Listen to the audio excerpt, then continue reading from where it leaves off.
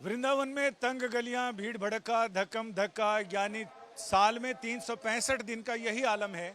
जिस समय तंग गलियों से लोग घुसते निकलते तंग होते हैं, परेशान होते हैं। सरकार कहती है कि इसका एक ही उपाय है, वो है कॉरिडोर बनाना।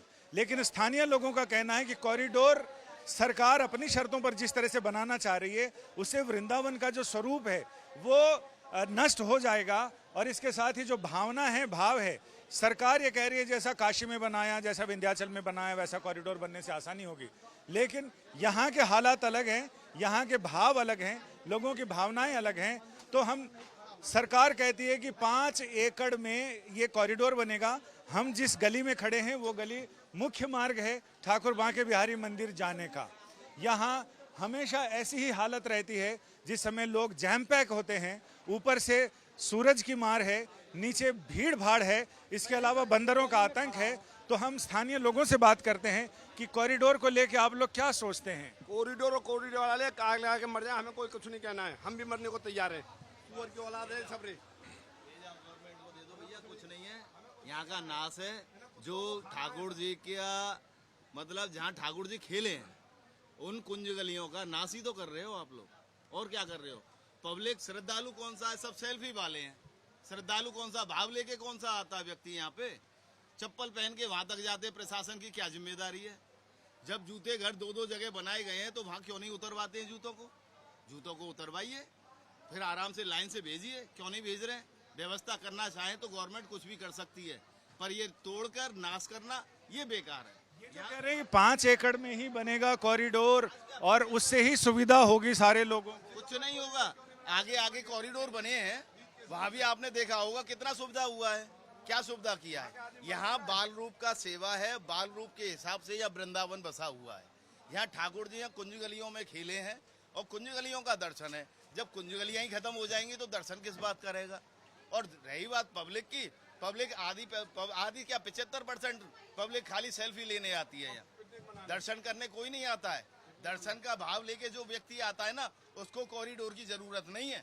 आप किसी भी व्यक्ति से पूछो, श्रद्धालु से पूछो, वो बतलाएगा आपको। भैया यहाँ ये तो सही है कि यहाँ लोग कुंज गलियों में दर्शन के लिए आते हैं, यहाँ रमण करने के लिए आते हैं, ब्रजरज का आनंद उठाने आते हैं। लेकिन ये कहना यहाँ के लोगों को ये रास नहीं आ रहा कि जो रास स्थली है वहाँ इस तरह की कुंज गलियों को हटाया जाए और वहाँ एक चौड़ा सा परिसर बनाया जाए जहाँ लोगों को सुविधा हो। इनका ये कहना है कि कुछ न कुछ ऐसा इंतजाम करना पड़ेगा जिससे आम लोगों को भी सुविधा हो, यहाँ के लोगों को भी सुविधा हो और प्रशासन को इस भीड़ को नियंत्रित करने में भी सुविधा हो। आपका पूरा नाम जानना चाहते हैं, कहाँ से आए हो आप? दिल्ली से। दिल्ली से। दिल्ली से। आपके साथ छोटा बच्चा भी है, तो यहाँ आसानी है? जी नहीं, बिल्कुल आसानी नहीं है और बहुत भीड़ भाड़ है इधर।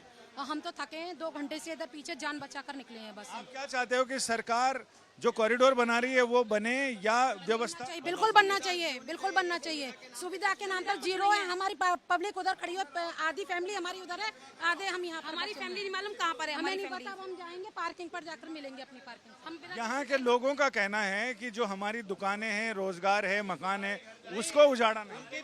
उनकी दुकान देखिए को ध्यान में रख के ये सुविधा होनी चाहिए।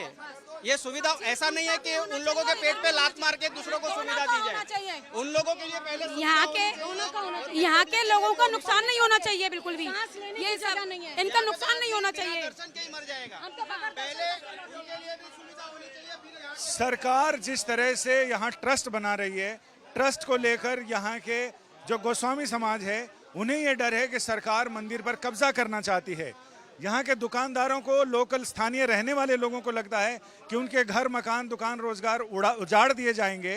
तो ऐसे में ज़रूरी है कि विश्वास बहाल करने की सरकार पहले इन स्थानीय लोगों का विश्वास जीते और इसके बाद फिर आपसी तालमेल के साथ जो भी योजना बनती है वो बनानी चाहिए। क्योंकि अब तक जिन जगहों पर कॉरिडोर बने हैं, काशी विश्वनाथ या विंध्याचल, वहाँ की परिस्थितियाँ अलग थी, वहाँ का वातावरण अलग है, वहाँ भक्ति का भाव अलग है, वहाँ लोगों का की भावना अलग है, दर्शनार्थियों की भावना अलग है, पूरे शहर का जो नगर का अपना भाव है वो अलग है। तो ऐसे में उस भाव को ध्यान में रखना चाहिए, नहीं तो फिर तो बेभाव की रहेगी।